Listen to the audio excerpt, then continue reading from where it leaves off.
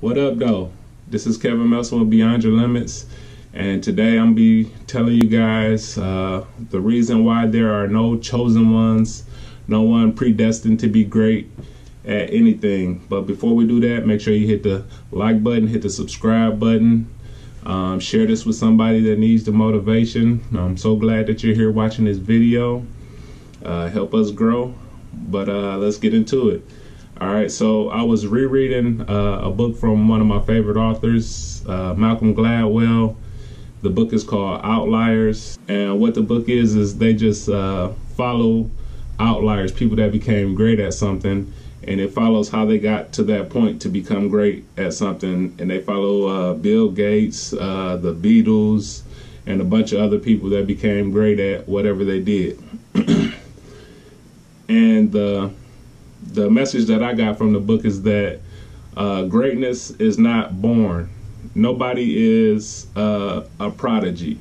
And they even go into talking about Beethoven and how while he was making music at a very young age, he didn't make any masterpieces until he put in his 10,000 hours. And this is the book that popularized the 10,000 hours to become great at something. So this book popularized that if you put in 10,000 hours of work on your craft, whatever it may be, basketball, music, whatever you're trying to do, if you get 10,000 hours of practice time, and not just, you know, playing around, but like intense practice where you're trying to achieve a goal. Once you get 10,000 hours and you become one of the best, you could become a outlier at that thing. And so, and that's pretty much the point that I wanted to make to you guys, that, you know, when you're a baby or when you're young, I mean, you might have a propensity to do something better than others, but you're not great at it. And so they also followed, I believe it was the Canadian soccer team. I mean, not soccer team. It was the Canadian hockey team. And I guess some people went to a hockey game, and they looked in the brochure. It was like 18 and under hockey tournament for like the best hockey players in Canada. And what they found was that everybody on that list birthday was in the same month. It was maybe 1 or 2 months. They all had the same exact birthday within 2 months. And so they wanted to dig into it, see what was, you know, what's the deal with this? How can all the best hockey players be born within 2 months of each other? And so what they found out was that as a youth, the cutoff date was right after their birthday. So when they started playing hockey at, you know, 5 or 6 years old, they had a full year advantage on everybody else that was playing. Since it just cut off right after their birthday, they had to wait a whole year before they could play in the same hockey league. And so once they had a year advantage, is a huge advantage when you're 5 and 6 years old.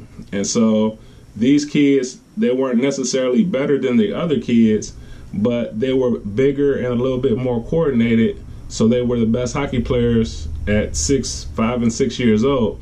And so they put those players in an accelerated program, and they got better coaching and better, you know, everything, and more practice hours. And so their little advantage that they had when they were 5 or 6 became a big advantage by the time they were 17, 18, because they got the best of everything starting from when they were little. And it was a really disadvantage for you to have a birthday that was just after the cutoff date, because you had, you know, once you started, you were a year behind, you know, everybody else, and then they put you, I guess, in the slower group. And so you don't have as much opportunity to practice. You don't have the same amenities as everybody else. And so simply by your birthday, you can become a great hockey player just by the simple fact that your birthday was, I think it was like October or something like that. So becoming great is really just about putting the time in, believing in yourself, having confidence, and working hard towards your goal. LeBron James and Kobe Bryant and all the great basketball players that ever was, they all put in a tremendous amount of time and effort to become a great basketball player. I know everybody's seen LeBron James when he was, I don't think, like a sophomore is when he became famous and everybody started watching him. But I'm sure he's put in so much work before that and also after that.